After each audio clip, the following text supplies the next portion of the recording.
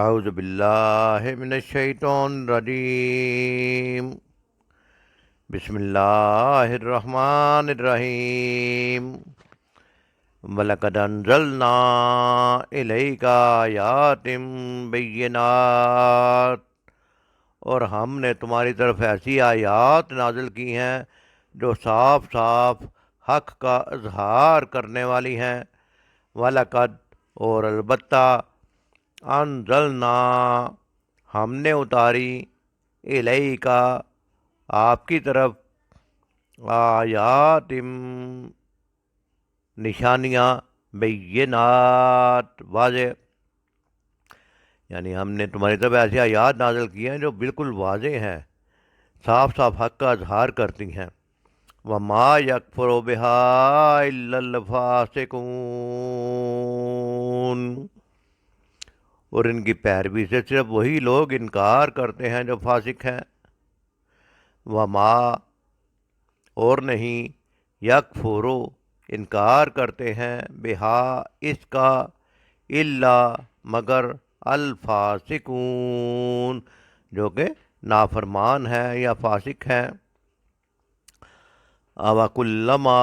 عَاهَدُوا عَهْدًا نَبَذَهُ فَرِيقٌ مِّنْهُمْ، کیا ہمیشہ ایسا ہی نہیں ہوتا رہا کہ جب انہوں نے کوئی عہد کیا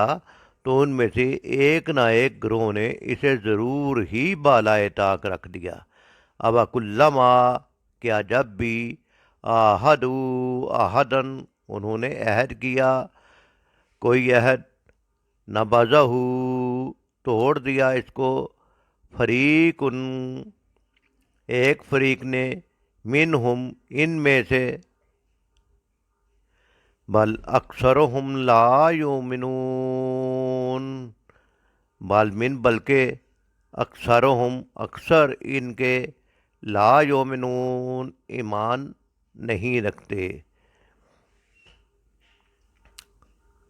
ترجمہ مفہوم ان آیات کا یہ ہے کہ ہم نے تمہاری طرف ایسی آیات نازل کی ہیں جو صاف صاف حق کا اظہار کرنے والی ہیں، اور ان کی پیروی سے صرف وہی لوگ انکار کرتے ہیں جو فاسق ہیں۔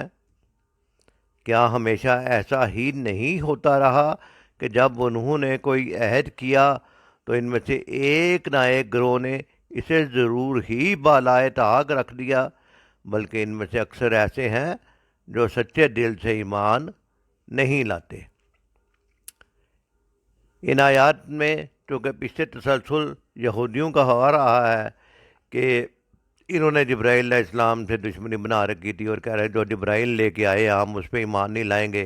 کبھی کوئی اور بہانہ لگاتے تھے، لیکن اصل بات جو پچھلی آیات میں بتائی گئی ہے کہ یہ دنیا کی زندگی میں اتنے مگن ہو گئے ہیں کہ یہ دنیا کی زندگی کو چھوڑ کے اللہ کے حکموں کی پیروی کرنا ہی نہیں چاہتے، آخرت کی تیاری کرنا ہی نہیں چاہتے، اور اپنے دین کے اوپر جمے ہوئے ہیں اور اس پہ اڑے ہوئے ہیں کہ حالانکہ یہ جو کتاب ہے یہ ان کے پرانی تورات کی تصدیق کرتی تھی اور بتا رہی ہے کہ اللہ تعالیٰ کے یہ احکام اب نازل ہوئے ہیں اللہ کے آخری نبی پر ایمان لاؤ، لیکن انہوں نے جان بوجھ کر انکار کیا اس کا۔ تو حالانکہ اللہ تعالیٰ پھر وہ کہنے لگے کہ ہم نبی صلی اللہ علیہ وسلم پر کیسے ایمان لائیں، ان کے پاس تو نشانیاں ہی نہیں ہیں، یعنی جو نشانیاں اللہ پاک نے نبی کریم صلی اللہ علیہ وسلم کو دے کر بھیجا وہ نشانیاں ان کی سمجھ میں ہی نہیں آ رہی تھیں، وہ سمجھتے ہی نہیں تھے کہ یہ بڑی بڑی نشانیاں ہیں۔ اس لیے یہاں پہ واضح طور پر بتایا جا رہا ہے کہ ہم نے تو بڑی واضح نشانیاں دی ہیں، اور ان کا انکار تو صرف وہی لوگ کرتے ہیں جو بالکل پکے نافرمان ہیں۔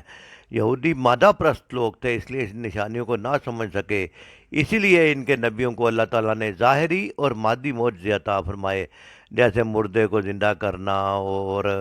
کوڑی کو سیدھا کرنا، کوڑی کو شفا دینا، اور اس طرح کر کے بڑے حضرت موسیٰ علیہ السلام کے معجزے، ہاتھ کو ید بیضا اور لاٹھی کا، یہ سارے ایسی چیزیں تھیں جو وہ مادی طور پر دیکھ سکتے تھے، ان کو سمجھنے کے لیے زیادہ دماغ لڑانے کی ضرورت نہیں تھی۔ جب حضرت محمد صلی اللہ علیہ وسلم تشریف لائے تو یہودی حیرت سے کہنے لگے یہ کیسے پیغمبر ہیں، ان کے پاس تو کوئی نشانی ہی نہیں ہے۔ اس کے جواب میں اللہ تعالیٰ نے ارشاد فرمایا کہ ہم تو اپنے پیغمبر کو نمایاں اور روشن نشانیاں دے چکے ہیں، اور انہیں دیکھنے کے بعد کوئی صحیح الفطرت انسان ان کا انکار نہیں کر سکتا۔ انکار صرف وہی لوگ کریں گے جو اللہ تعالیٰ کے پکے نافرمان ہیں، اللہ کے قانون کو توڑنے اور اس کے حکموں سے بغاوت کرنے کے عادی ہو چکے ہیں۔ ڈاکٹر اسرار اپنی تفسیر میں بیان کرتے ہیں کہ ان کی اکثریت ایمان و یقین کی دولت سے تہی دامن تھی اور ہے۔ یہی حال آج امت مسلمہ کا ہے۔ مسلمان تو سب ہیں، لیکن ایمان حقیقی، ایمان قلبی اور یقین والے ایمان کتنے لوگوں کو نصیب ہے؟ اللہ ماشاء اللہ دعا کرنی چاہیے کہ اللہ تعالی ہم سب کو ایمان حقیقی، ایمان قلبی، دل ایمان یقین اور دل کا یقین والا ایمان نصیب فرمائے، تاکہ ہم جنت کو اپنے سامنے دیکھتے ہوئے اس کی طلب میں نیک اعمال کریں۔ ڈاکٹر اسلم صدیقی لکھتے ہیں کہ ہر پڑھا لکھا آدمی جانتا ہے کہ ہاں رسول صلی اللہ علیہ وسلم نے جس ماحول میں جنم لیا وہاں علم اور اخلاق نام کو نہیں تھا۔ توحید سے بالکل بے بائرہ اور عبادت کی حقیقت سے ناواقف انسانی زندگی تھی۔ اخلاقی زندگی بالکل ختم ہو چکی تھی۔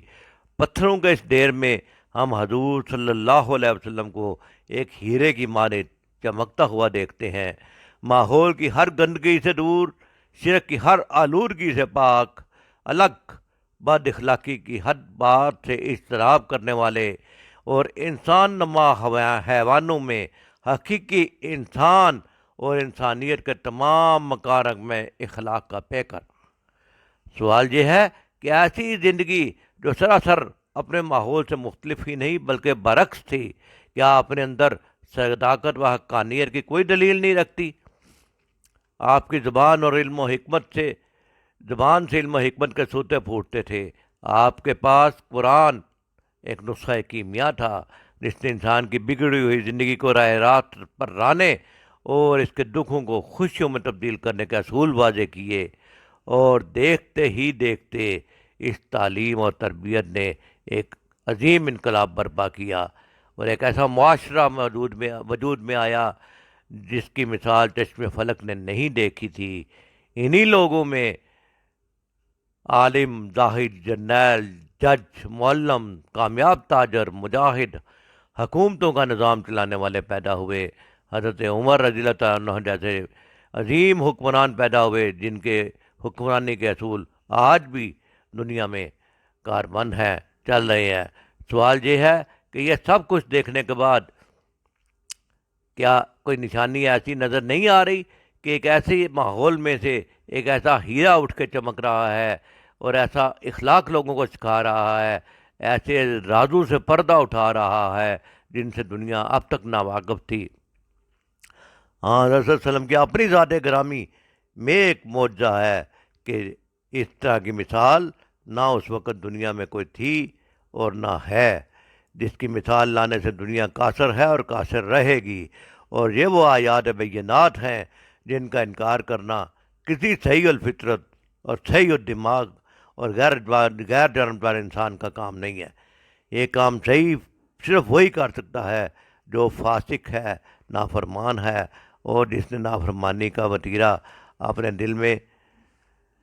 متعین کر لیا ہے کہ میں نے جان بوجھ کر ان چیزوں کا انکار کرنا ہے، ورنہ اگر بندہ عقل دوڑائے اور سمجھنے کی کوشش کرے تو اسلام سے زیادہ کامل اور حقانیت والا مذہب کوئی نہیں ہے، صلی اللہ علیہ وسلم کی ذات سے زیادہ بڑی ذات کوئی نہیں ہے جس کی ہر جگہ پیروی کی جائے اور جس کے ذریعے پیروی کے ذریعے کامیابی حاصل کی جائے۔ وما علینا الا